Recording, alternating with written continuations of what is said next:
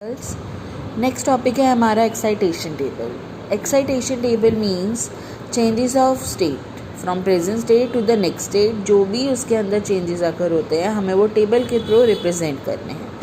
For excitation table we need to have the truth table for every flip flop. सबसे पहले देखिए आप SR का ट्रूथ टेबल, ये हमारे पास ट्रूथ टेबल गिवन है। ये हमारे पास सेट, रीसेट, प्रेजेंट स्टेट और हमारी नेक्स्ट स्टेट गिवन है। Qn is your present state, Qn+1 is your next state. अभी हमें प्रेजेंट स्टेट में कुछ भी डिटरमाइंड नहीं है तो हमने नॉट डिटरमाइंड को x से रिप्रेजेंट किया है। Qn+1 में जब ट्रूथ टेबल हम बनाते हैं तो 0 0 पे वो प्रीवियस वैल्यू ही होती है, यानी कि अगर जो यहाँ पे अगर वैल्यू 0 होगी तो नेक्स्ट स्टेट में भी इसकी वैल्यू 0 होगी, अगर 1 होगी तो नेक्स्ट स्टेट पे भी 1 होगी। 0 1 पे 0 होती है, 1 0 पे 1 और 1 1 कंडीशन सेटिस्फाइड नहीं होता in the case of truth table. Fine, अब हम क्या करेंगे, नॉन डिटरमाइंड केस में क्या मतलब है, या आइदर इट विल बी 1 और either it will B 0। Qn का मतलब भी वही है कि आइदर इट विल बी 0 और it will be 1। Again it will B 0 और 1, बट अगर 0 है तो आपका आउटपुट 0 ही आएगा और 0 ही आएगा।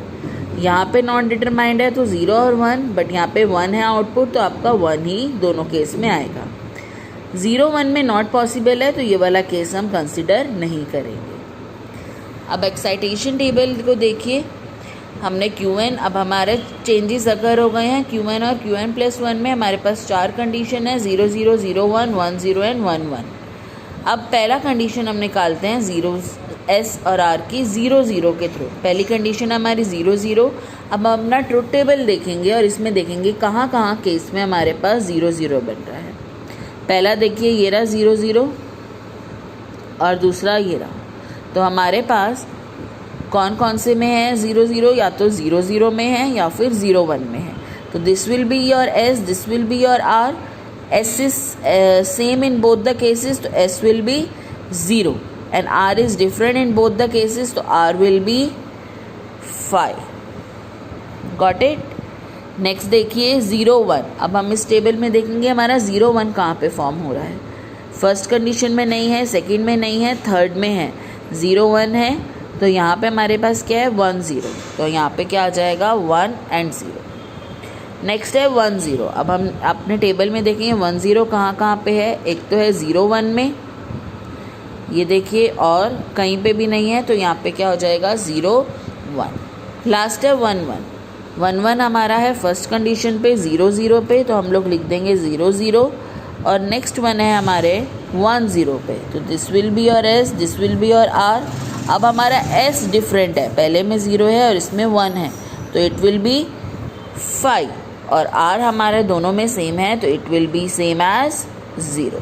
तो this is known as excitation table. It can be drawn from using truth table. Next देख लीजिए JK फ्लिप फ्लॉप। ये हमारा JK फ्लिप फ्लॉप का ट्रूथ टेबल है। इसमें भी वही x x x x non determined होता है हमारे पास प्रेजेंट स्टेट, और Qn+1 में वही Qn 0 1 और लास्ट होता है complementary value, complementary value of previous value. अगर प्रीवियस वैल्यू में हमने 0 1 लिया है तो इसकी वैल्यू क्या हो जाएगी 1 0, इन्वर्स हो जाएगी। अब इसमें भी सेम हमें केसेस देखने हैं और ऐसे ही ड्रॉ करना है। फर्स्ट है 0 0। 0 0 कहाँ कहाँ पे आ रहा है, 0 0 में आ रहा है और नेक्स्ट 0 1 में आ रहा है, तो this will be your J and this will be your K।